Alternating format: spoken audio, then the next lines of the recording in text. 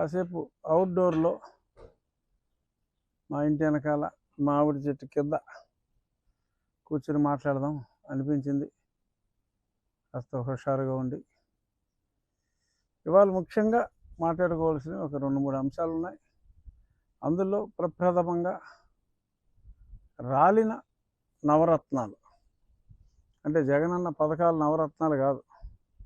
జగనన్న కోసం రూల్స్ లేవు, అన్నిటినీ బ్రేక్ చేసి పాలేరు కన్నా అసహ్యంగా పనులు చేస్తున్న సెంట్రల్ సర్వీస్ ఆఫీసర్స్, ఐఏఎస్లు, ఐపీఎస్లు, ఆ రాలిన నవరత్నాల పేర్లు ఒకసారి చెప్పుకుందాం. పరమేశ్వర్ రెడ్డి, తిరుమలేశ్వర్ రెడ్డి, రవిశంకర్ రెడ్డి, కాక పాల్రాజ్, జాషువా, అన్బురాజన్, ఇంకా ఐఏఎస్లు శ్రీమతి గౌతమి, లక్ష్మీ షా, మరి ఈవిడ అమ్మాయి అబ్బాయి నాకు తెలియదు, పి రాజబాబు, ఇలా నవరత్నాల్ని మరి వారి వారి విధుల నుంచి పంపించి ఎక్కడో దగ్గర వేసుకోండి. కానీ ఎన్నికల విధులకి ఈ 9గురిని ఫస్ట్ ఫేజ్లో బహిష్కరించడం జరిగింది. ఇంకా ఈ 9గురే కాకుండా ఇంకొద్ది మందిని కూడా బహుశా సెకండ్ ఫేజ్ ఉండొచ్చు అంటున్నారు. ఎందుకంటే మరి ఆ ఫేజ్లో కూడా డీజీపీ గారు ఉండొచ్చు బహుశా. ఎందుకంటే ఇన్ఛార్జ్గా ఉన్నవాళ్ళు ఎన్నికల సమయంలో, ఫుల్ ఎడిషనల్ ఛార్జ్ ఉన్నవాళ్ళు ఎన్నికల సమయంలో డీజీపీగా ఉండకూడదని రూల్స్ ఉన్నాయి. సో కాబట్టి even based on that rule ఆయన మంచి వ్యక్తి అయ్యుండొచ్చు కూడా. కానీ ఆయన ఫుల్ ఎడిషనల్ ఛార్జ్లో ఉన్నారు కనుక వారిని కూడా పక్కన పెట్టాల్సి వస్తుంది. అలాగే మరి నిన్న చూసాం పింఛన్ల పంపిణీ, ఆ విషయంలో మరి కాస్త హద్దులు మీరి వ్యవహరించారన్న అభియోగాలు అయితే సామాజిక మాధ్యమాల్లో చూస్తున్నాం. జవహర్ రెడ్డి గారు, చీఫ్ సెక్రటరీ మురళీధర్ రెడ్డి, అసర్ప్ అధినేత, మరి వీళ్ళని కూడా మార్చొచ్చు. అంతేకాక ఇంకా ఐపీఎస్ల్లో కసిరెడ్డి గారే కాక చూసి రమ్మంటే కాల్చొచ్చే రఘురామరెడ్డి, అలాగే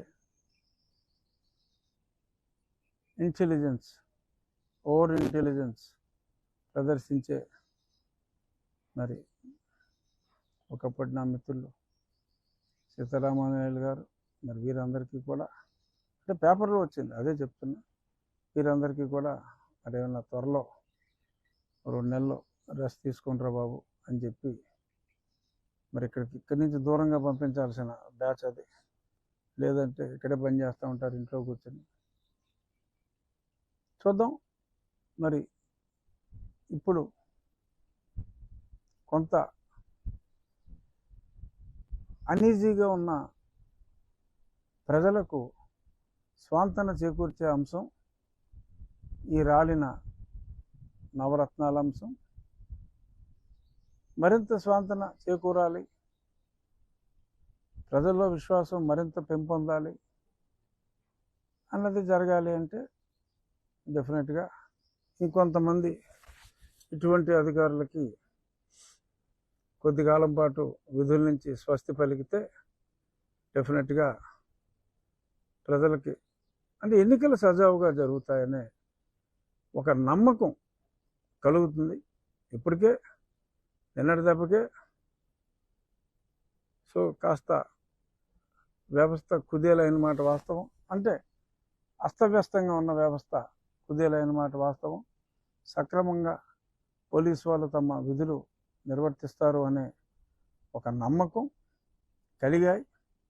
సో రానున్న రోజుల్లో మరిన్ని బదిలీలు ఉంటాయని ఆశిస్తూ ఎన్నికలు సజావుగా జరిగే అద్భుతమైన వాతావరణం వస్తుంది. సో అప్పుడు ప్రజలకు ఎవరిని గెలిపించుకోవాలో తెలుసు. కాబట్టి ఈ ఎన్నికలు జగన్ ఉండాలా, జగన్ పోవాలా అని జరిగే ఎన్నికలు.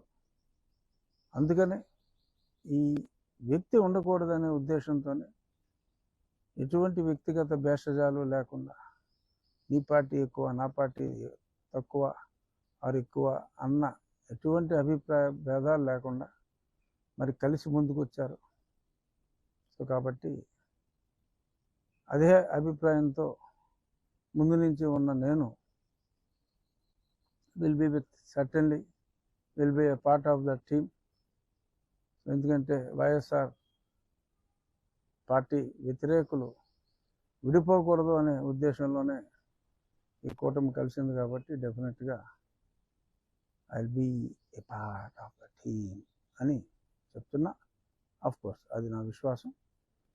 ఈరోజు ఇంకొక ముఖ్యమైన విషయం, ఈ ఇళ్ల వద్దకు పింఛన్ పంపిణీ ఈ వాలంటీర్లని ఉంచడానికి వీల్లేదు అని చెప్పిన తర్వాత మరి దాన్ని పెద్ద అడ్వాంటేజ్గా తీసుకుని నిన్న మురళీధర్ రెడ్డి, జవహర్ రెడ్డి వీళ్ళు కలిసి తీసుకున్న నిర్ణయం ఎలాగైనా ప్రజలను ఇబ్బంది పెట్టాలి అని ఏదో 65 లక్షల్లో 8.5 లక్షల మంది వికలాంగులు కావచ్చు, వీల్ చైర్ వాళ్ళు కావచ్చు, ఇటువంటి వారందరికీ ఇళ్ళ దగ్గరికి వెళ్ళిద్దాం. మిగిలిన వాళ్ళు ఎంత ముసలి వాళ్ళైనా 80 సంవత్సరాల వాళ్ళైనా సెక్రటేరియట్, విలేజ్ సెక్రటేరియట్ దగ్గరికి వచ్చి అక్కడి నుంచే తీసుకెళ్లాలని చెప్పి ఒక దరిద్రపు ఆలోచన. ఎందుకంటే అక్కడికి వచ్చిన ముసలి వాళ్ళందరూ కూడా శాపనార్థాలు పెట్టాలి. ఇది తెలుగుదేశం పార్టీ చేసింది, ఎంత అన్యాయం చేసింది అని శాపనార్థాలు పెట్టాలి అని చెప్పి ఇదొక కుట్ర.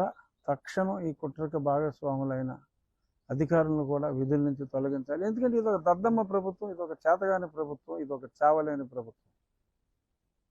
1,25,000 మంది సెక్రటేరియట్ ఎంప్లాయీస్ ఉన్నారు.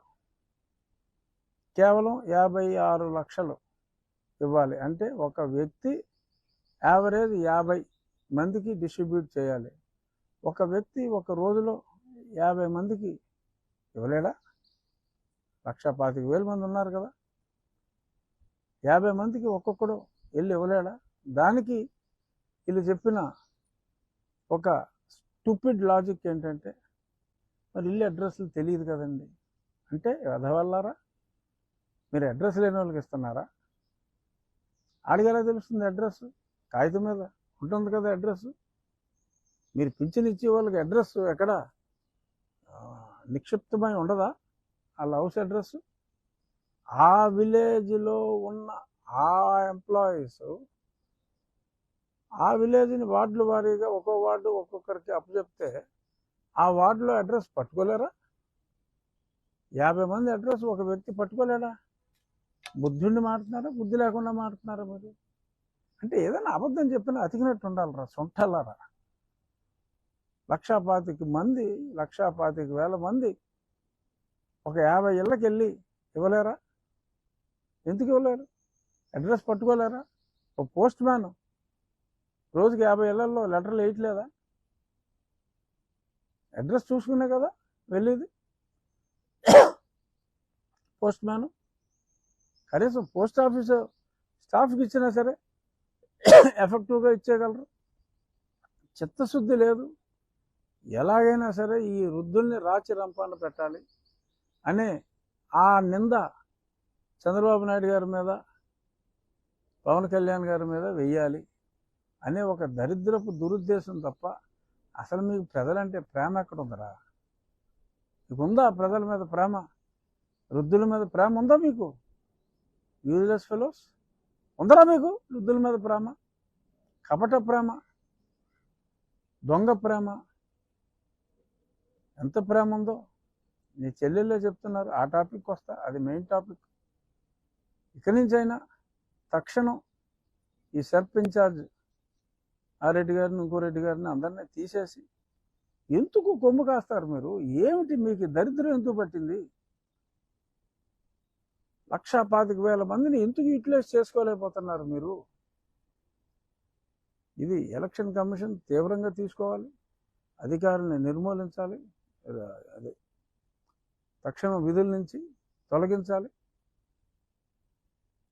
1,25,000 మందిని ఇంటింటికి వెళ్ళి పంపిణీ జరిగేలాగా చూడాలి. అదర్వైజ్ ఇటువంటి దద్దమ్మ ప్రభుత్వాన్ని ఈరోజు ఎండలో మీరుంటానికి కారణం జగన్మోహన్ రెడ్డి. మిమ్మల్ని నడి రోడ్డు మీద నుంచోబెట్టింది జగన్మోహన్ రెడ్డి. ఈ 56 లక్షల మంది ఒక్కళ్ళు కూడా మీరు ఆ జగన్మోహన్ రెడ్డికి ఓటు వేయడానికి వీల్లేదు. చంద్రబాబు నాయుడు గారు కాదు దీనికి కారణం, పవన్ కళ్యాణ్ గారు కాదు దీనికి కారణం. ఒకే ఒక్కడు జగన్మోహన్ రెడ్డి. అతను ఇంకో 2 అధికారులతో కలిపి ఆడిన డ్రామా ఈ అవ్వాతాతలకు ఈ మండు టెండలో పనిష్మెంట్. సో కాబట్టి అవ్వాతాతలు ఈ కుట్రని గ్రహించాలి. అందరూ ఈ కుట్రని ప్రతిపక్షాలు కూడా అందరికీ తెలియచేయాలి. ఈరోజు మీరు కొద్ది గంటల పాటు ఎండలో ఉండటానికి కారణం కేవలం జగన్మోహన్ రెడ్డి అనే పచ్చి నిజం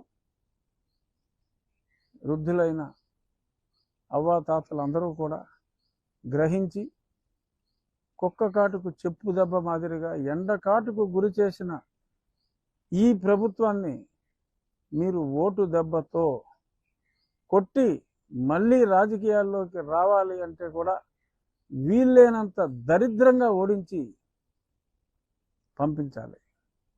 ఇటువంటి ఉన్మాది ప్రభుత్వం వృద్ధులను కూడా చూడకుండా కేవలం వేరే వాడి మీద నింద వేసి రాజకీయ లబ్ధి కోసం, ప్రజల్ని మాయ చేసి రాజకీయ లబ్ధి కోసం చూస్తున్న ఈ కిరాతక ప్రభుత్వాన్ని గద్దె దింపవలసిన అవసరం మనందరికీ ఉంది. అది మరొకసారి తెలియజేస్తున్నా. ఇంకా మరొక ముఖ్యాంశం, జగన్మోహన్ రెడ్డి గారి సోదరి చాలా స్పష్టంగా చెప్పింది. హత్య చేసిన వాళ్ళు, చేయించిన వాళ్ళు నిస్సిగ్గుగా రోడ్ల మీద తిరిగి ఓట్లు అడుక్కుంటున్నారు. చేసినోడు చేయించినోడు ఎవరో అందరికీ తెలుసు. జగన్మోహన్ రెడ్డి గారు కూడా చెప్పాడు, దేవుడికి తెలుసు, ప్రజలకు తెలుసు అని. ఎస్, ఫస్ట్ టైం జీవితంలో నిజం చెప్పినట్టున్నాడు. దేవుడికి తెలుసు, ప్రజలకి తెలుసు అని. కానీ ఆ దేవుడికి తెలిసిన వ్యక్తి, ప్రజలకు తెలిసిన వ్యక్తి తను కాదని నమ్మించే ప్రయత్నం చేస్తున్నాడు. అది తనే అని చెప్పి దేవుడికి, ప్రజలకి కూడా తెలుసు.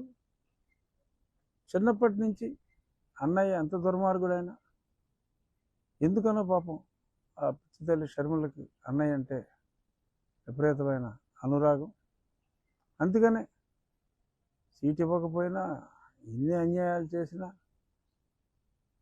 2019 ఎలక్షన్లో కూడా కాళ్ళు అరిగేలా సహాయం చేసింది. థ్యాంక్లెస్ ఫెలో ఈ జగన్మోహన్ రెడ్డి. సొంత చెల్లికే 1,00,000 కోట్లు ఉన్నా కూడా కనీస న్యాయం చేయని వాడు ప్రజలకు న్యాయం చేస్తాడంటే ఎందుకు నమ్ముతారండి? ఎవరు నమ్ముతారండి? నా అక్క చెల్లెమ్మ, ఐ థింక్ ఈ మధ్యన నా బీసీలు ఎస్సీలు అంటున్నాడు తప్ప నా అక్క చెల్లెమ్మలు అంటూ మానేశాడు. ఎందుకంటే వెంటనే వీళ్ళిద్దరూ గుర్తొచ్చేస్తున్నారు, షర్మిల, సునీత. అందుకని ఆ డైలాగ్ ఆపేసినట్టున్నాడు పాపం ఈ మధ్యన. సో అతని డైలాగ్ ఈ మధ్యన కొడతాం ఆపేసిన. షర్మిల చాలా స్పష్టంగా చెప్పింది, ఇప్పుడున్న వ్యక్తి మా అన్నయ్య కాదు, రక్తంలో ఉన్నాడు. మా చిన్నాయన్ని చంపించి, ఆల్మోస్ట్ ఇతనే చంపించేయడానికి కూడా చెప్పింది అనుకోండి. వాళ్ళతో కలిసి తిరుగుతున్నారు. ఇందుకేనేమో ఇలాంటి రాక్షసుల మధ్యన కష్టం అని చెప్పి నన్నే ఎంపీగా ఉండమని చెప్పి చిన్నాయన అడిగితే, మరి అందుకనే చిన్నాయన్ని దారుణంగా చంపేశారని చెప్పి మరి తను చెప్పింది షర్మిల. అలాగే నిన్న సునీత కూడా నేను సిబిఐ ఎంక్వైరీ వెయ్యాలి అని అడిగిన తర్వాత నా మీద చాలా ప్రెషర్లు పెట్టాడు జగన్మోహన్ రెడ్డి. కనీసం ఒకసారి కూడా అపాయింట్మెంట్ కూడా ఇవ్వలేదు. అంటే ఏంటి, తెలిసిపోలేదా మనోడే ఏం చేయడని? ఎందుకు ఇవ్వడు? సిబిఐ ఎంక్వైరీ ముందు అతనే అడిగాడు చంద్రబాబు నాయుడు గారు ఎంక్వైరీ తప్పించుకోవడం కోసం సిబిఐ ఎంక్వైరీ అడిగి డ్రామాలు ఆడి ఒక గ్యాగ్ ఆర్డర్ తీసుకొచ్చి దాని మీద చర్చించకూడదని, లేదంటే అప్పుడే ఐసా పైసా తేలిపోయి అతను కోర్టుని అద్భుతంగా వాడుకున్నాడు. ఆ గ్యాగ్ ఆర్డర్ని వాడుకున్నాడు. తనే ముందు సిబిఐ ఎంక్వైరీ కావాలని చెప్పి అన్నాడు. సిబిఐ లేకుండా వీళ్ళు ఎంక్వైరీ చేస్తే బట్టబయలు అవుతుందన్న భయంతో నిష్పక్షపాతంగా అడిగినట్టు ఏదో బిల్డప్ ఇచ్చి ముఖ్యమంత్రి అయిన వెంటనే కేసు ఏమీ తేల్చకుండా సీరియస్గా ప్రొసీడ్ అవుతున్న మహంతిని భయపెట్టి రాష్ట్రం వదిలి పారిపోయేలాగా చేసి ఐపీఎస్ ఆఫీసర్ని యంగ్ బాయ్ని మరి ఎంత దారుణం చేసి సునీత కేసు వేస్తానంటే భయపెట్టి మాట్లాడించి తను చెప్పింది కూడా ఏమవుతుంది, నా మీద 12వ కేసు అవుతుంది అంటే అతనే కదా దీని వెనకాల ఉన్నదని ఒప్పుకున్నట్టే కదా. అవినాష్ బీజేపీలోకి వెళ్తాడని అంటే బీజేపీలోకి వెళ్ళిపోతే అదేమన్నా గంగ, అందులో మురిగిన వాళ్ళు అందరూ పునీతులైపోతారా అన్న ఉద్దేశం వచ్చేలాగా మరి అతను మాట్లాడటం జరిగింది. మరి ఎందుకని ఇంత ఇలా చేస్తున్నావు జగన్మోహన్ రెడ్డి అని సునీత ప్రశ్నించింది. నీ సాక్షి ఛానల్కి వస్తా, కావాలంటే రా నువ్వు నేను ఫేస్ చేద్దామని ఛాలెంజ్ కూడా చేసింది. దమ్ముంటే let him face his sister. So ఇలాగా అన్యాయాలు చేసి మరి ఇదంతా కూడా తను చెప్పింది. మరి ఈరోజు మరి ఇంక మ్యాటర్ వచ్చిందో రాలేదో నేను ఫాలోఅప్ చేయలే. దస్తగిరి వేశాడు పిటిషను, అవినాష్ రెడ్డి బెయిల్ రద్దు చేయాలి అని, తను బెదిరిస్తున్నారని, జైల్లో ఉన్నప్పుడు 20 కోట్లు ఆఫర్ ఇచ్చారని ఇవన్నీ కూడా చెప్పడం జరిగింది. మరి చూడాలి, మరి న్యాయస్థానాల మీద నమ్మకం అయితే అందరికీ ఉంది. మరి ఏదన్నా అక్కడ మరి ఏమవుతుంది, లేదు అంటే 24వ తారీఖు సుప్రీంకోర్టులో డాక్టర్ సునీత వేసిన బెయిల్ రద్దు పిటిషన్ వస్తుంది. మరి ఇక్కడ కానీ అక్కడ కానీ మరి ఏవైనా ఆ చనిపోయిన వ్యక్తి కేసులో మరి ఏమన్నా స్వాంతన చేకూరుతుందా అనేది చూడాలి. మరి ఎందుకంటే జగన్మోహన్ రెడ్డి ఏదన్నా అది ముందుకెళ్తే ఇతని మేడగా చుట్టుకుంటుంది. ఎందుకంటే కేసు ఎర్లీగా 5:30కి ఈయన చెప్పారన్న పాయింట్ దగ్గర ఫర్దర్ ఇన్వెస్టిగేషన్ లేకుండా ఆగిపోయింది. ఆ ఫర్దర్ ఇన్వెస్టిగేషన్ జరిగితే పూం పుహార్ పిస్తా బహార్ అవ్వచ్చని అనుమానాలు కూడా ఉన్నాయి. మరి అదేమవుతుంది, ఈ కేసు ఏమైంది అనేది ఒక ఎత్తు అయితే, పులివెందుల్లో రామ్ సింగ్ మీద, సునీత మీద, రాజశేఖర్ రెడ్డి మీద ఆమె భర్త, వీళ్ళ మీద కూడా ఆ కృష్ణారెడ్డి ఆ పిఏతో జగన్మోహన్ రెడ్డి అండ్ గ్యాంగ్ ఒక కోర్టులో మేజిస్ట్రేట్ దగ్గర ఫైల్ చేస్తే ఆ మేజిస్ట్రేట్ గారు కింద పైన చూడకుండా పోలీసుల్ని ఒక సింగిల్ లైన్ ఆర్డర్ ఏదో ఇస్తే ఆ పోలీసులు ఎఫ్ఐఆర్ కట్టేసి మరి చాలా న్యూసెన్స్ చేశారు. అంటే దర్యాప్తు చేస్తున్న దర్యాప్తు అధికారి మీద, దర్యాప్తు చేసిన దర్యాప్తు అధికారి మీద డైరెక్ట్గా క్రిమినల్ కేసు పెట్టేశారండి ఆ లోకల్ మేజిస్ట్రేట్ కూడా ఇచ్చి. నిన్న హైకోర్టులో మరి హైకోర్టు సింగిల్ బెంచ్ తీవ్రంగా అంటే బ్లైండ్గా ఒక కాగితం వస్తే రీజనింగ్ లేకుండా ఎంక్వైరీని పంపించేయటం ఏంటి, ఆ పోలీసుడు ఏమో ఎఫ్ఐఆర్ రాసేయటం ఏంటి, వాట్ ఈస్ ఆల్ దిస్ అని చెప్పి ఆయన చాలా గట్టిగా ప్రశ్నించారు న్యాయమూర్తి గారు.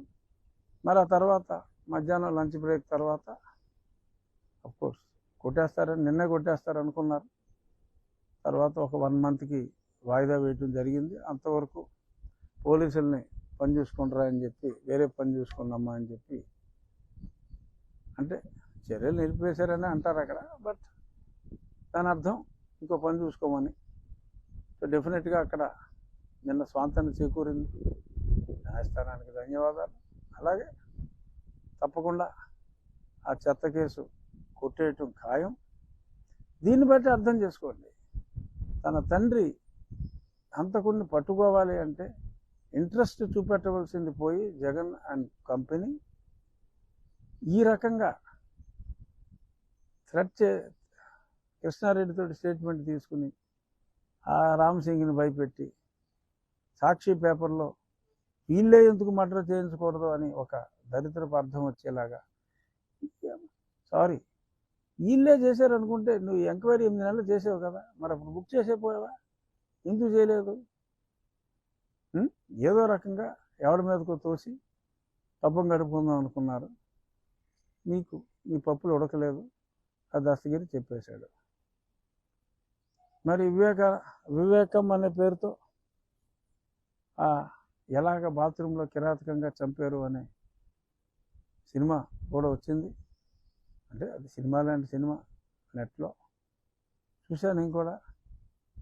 ఆ చంపింది చూసి నాకు షాక్ తిన్నాను. కానీ తను చూసిన పోస్ట్ మార్టం రిపోర్ట్స్ ప్రకారం సినిమాలో చూపెట్టింది ఇంకా తక్కువ, అంతకంటే దారుణంగా నా తండ్రిని వీళ్ళందరూ చంపారు అని చెప్పి కూడా డాక్టర్ సునీత నిన్న ప్రెస్ మీట్లో చెప్పడం జరిగింది. ఇంత నీచమా? నీకు అడ్డు వస్తారని చెప్పి సొంత చిన్నాయన్నే చంపేస్తారా? చెల్లెల్ని బజారు పాలు చేస్తారా? పైగా కన్న కూతురు మీదే అభాండాలు వేస్తారా? ఇది ప్రజలు నమ్ముతారా? ఇది నమ్మి ప్రజలు మీకు ఓటేస్తారా? ఎన్నికల్లో ఆ దొంగ కోడికత్తి ఇదే కదా అప్పుడు నిన్నైనా నన్నైనా గెలిపించింది. సో మరి ఇప్పుడు ఇంకొత్త డ్రామాలు ఇంకేం ఆడతారు? If you are a fair man, let that investigation continue. సిబిఐని మీరే కోరండి.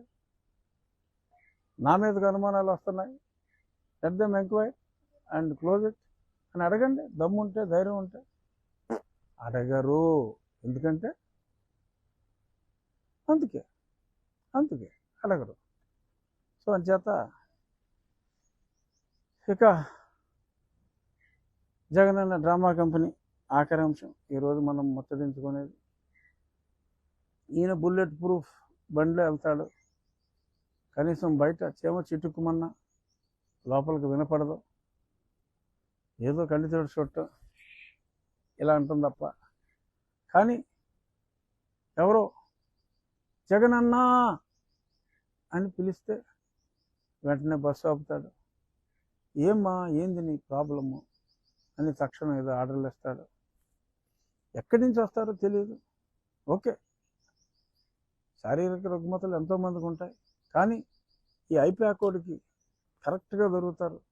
ప్రతి 3 కిలోమీటర్లకి ఒక దగ్గర ఒక కుష్టి వ్యాధి వచ్చిన వాళ్ళు కావచ్చు, ఇంకో దగ్గర ఒళ్ళంతా పాపం కాయలుగా వచ్చి బాధపడుతున్న వాళ్ళు కావచ్చు. వీళ్ళు ఏరుకొస్తారు. వీళ్ళు అంత మోసం. వీళ్ళు ఏరుకొచ్చి వాళ్ళకి అట్లీస్ట్ ఓకే హ్యాపీ ఏంటంటే వాళ్ళకి ఎంతో కొంత యాక్టింగ్ ఛార్జెస్ పే చేస్తారు. సో యాక్టింగ్ ఛార్జెస్ పే చేసి అట్ సర్టెన్ డిస్టెన్సెస్ ఎక్కడ ఆపాలి అని ఇవాళ పేపర్లో కూడా వచ్చింది. ఆ కెమెరా వాళ్ళు రెడీగా ఉంటారు. ఆ కరెక్ట్ యాంగిల్లో ఎవరికన్నా అంగవైకల్యం ఉంటే అంగవైకల్యం బాగా పడేలాగా ఒక కెమెరా. జగన్మోహన్ రెడ్డి గారు కాస్త బాధపడుతూ ఉంటే ఆ బాధని బాగా యాంప్లిఫై చేసేలాగా వెంటనే పేపర్లో, సాక్షిలో వృద్ధురాలు ఆపితే వెంటనే బస్సు ఆపి పరామర్శించిన జగనన్న. అప్పుడు ఎలక్షన్లో చూసాం, లాస్ట్ టైం ఇలాగే డ్రామాలు ఆడేవాడు ఐప్యాకోడు. ఇలాగే మళ్ళీ సేమ్ డ్రామాలు ఇంకా మారలా ఇల్లు, అదే డ్రామాలో రిపీటు. కానీ మరి ఇంకా ఎవడో ఎలక్షన్ క్యాంపెయిన్కి ఇండివిజువల్గా వెళ్తున్నాడు. మరి ఇంకా మీటింగులకి ఆర్టీసీ బస్సుకి ఇద్దరు కూడా అతని మీటింగులకి రావట్లేదు. చాలా దారుణం. చంద్రబాబు గారు రోడ్ షోలకి పోటెత్తున్నారు జనం. ఈయనేమో భారీ బహిరంగ సభలో మేము సిద్ధం అని ఏదో మొదలెట్టారు. బట్ మేము సిద్ధంగా లేవురా బాబు అని చెప్పి జనం అందరూ కూడా పని చూసుకోరా బాబాయ్ అబ్బాయి అని చెప్తున్నారు. అయినప్పటికీ సిగ్గు లేకుండా సాక్షిలో అయితే మటుకు బేభత్సంగా రాసుకుంటున్నారు. నిన్న అన్ని పేపర్లో వచ్చింది. నేను సుప్రీంకోర్టులో వేసిన కేసు, జగన్మోహన్ రెడ్డి సిబిఐకి చివాట్లు పెట్టారు, ఇంకో 4 వారాలు టైం ఇస్తున్నాను, ఆలస్యానికి కారణం ఎందుకు చెప్పట్లేదు, ఇవన్నీ కూడా చాలా స్పష్టంగా చెప్పారు. ఈనాడు, ఆంధ్రజ్యోతిలో హెడ్లైన్ వచ్చింది. సాక్షిలో చూసా, నాకు ఎక్కడా కనపల్లా. తర్వాత ఎవరన్నా చెప్తే సాక్షులు ఎక్కడ కనపడలేదా అంటే వెతికి వెతికి వెతికి వెతికి పట్టుకున్నారు ఎక్కడో ఒక 4 లైన్లు. ఏదో చిన్న వార్త, 3 కాళ్ళ కోడి జననం, 5 కాళ్ళ కుక్క జననం అని చెప్పి వేస్తూ ఉంటారు చిన్న చిన్న వార్తలు అప్పుడప్పుడు. అలాంటి వార్తగా దాన్ని వేశారు తప్ప, ఎందుకంటే మరి అంత తప్పు చేశాడు లేదు. వాళ్ళ పేపర్లో నాకు పాపులారిటీ, ఇంకా సీట్ ఇస్తారో ఎవరో తెలియపోయినా రఘురామకృష్ణరాజు పోరాడుతున్నాడు అంటే పిచ్చి. నాకు అర్థం కాదు నాయన. నా పోరాటం ప్రజలు. నేను గత నెల రోజుల్లో వైసీపీ పార్టీ నుంచి టీడీపీలో కావచ్చు, బీజేపీలో కావచ్చు, జనసేనలో కావచ్చు జాయిన్ అయిన వాళ్ళని తప్పుగా మాట్లాడాల. కానీ 3 నెలల ముందు వీళ్ళల్లో ఎవడైనా 4 సంవత్సరాల నుంచి 4.5 సంవత్సరాల నుంచి ఇతని అవినీతిపై, అన్యాయాలపై పోరాడుతున్నాను నేను. Because we have to remove him from the political system for the welfare of the people అనే ఒకే ఒక ఉద్దేశంతో